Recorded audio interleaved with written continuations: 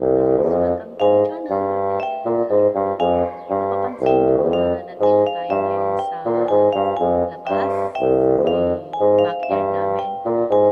Malinis siya anyway, meron akong cactus dito. Binigay sa akin about maybe 8 years ago. So I would say 8 years na dito sa akin. Nanganak siya ng nanganak hanggang sa dumami. Yan o, tingnan nyo. Dami-dami na. And halos mapuno na itong flower pot. Lilipat ko ito isa. And I prepare sa flower pot. Ilagay ko ito.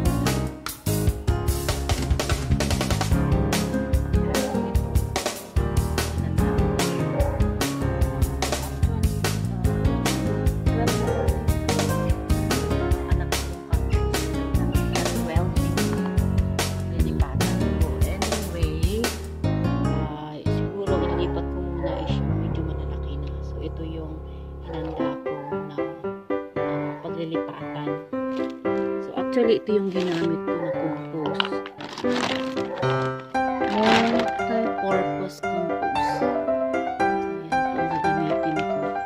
And hopefully, kasi walang sun. Hindi ko alam kung dapat bang sa sun tanim. Subukan ko. Kasi hindi naman sun din.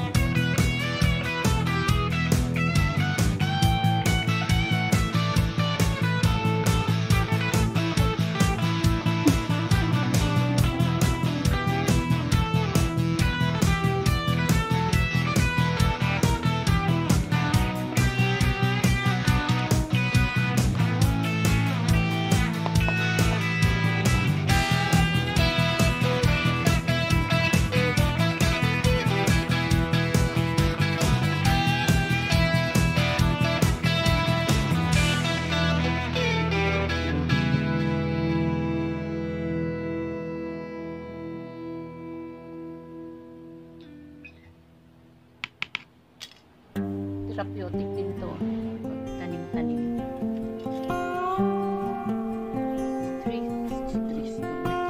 Stress reliever.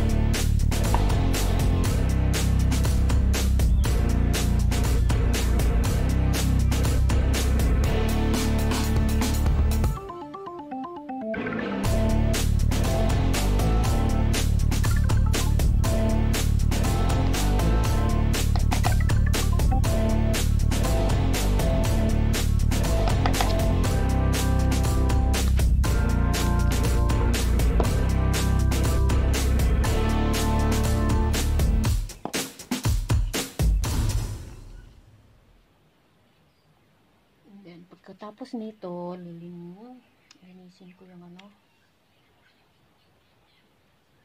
hulog na apples.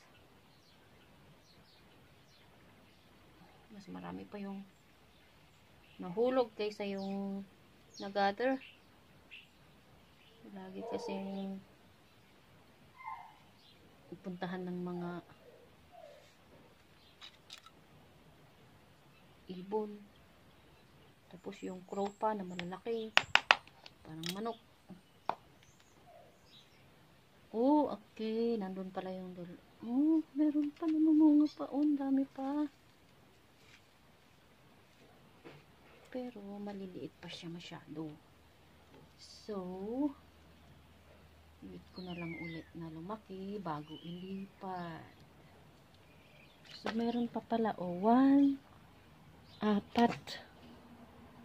Meron pa palang 4. 1, 2,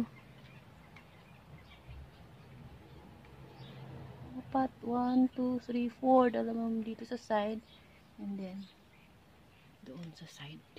Sa gilid. Wow. So, 3, 4, 5, 6, 7, 8, 9, 10, 11, 12, 13. Tama yung bilang ko. 13. Maliit nga lang yung parang yung pamilya ng asawa ko to 13 silang magkakapatid. 11 na lalaki and then 2 babae. Dami.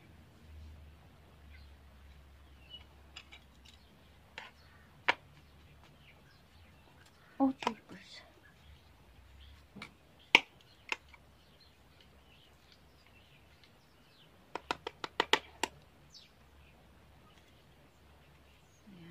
Linisin ko na rin to habang there you go. That's it. Done. So, yan na yung ating mga tinanim.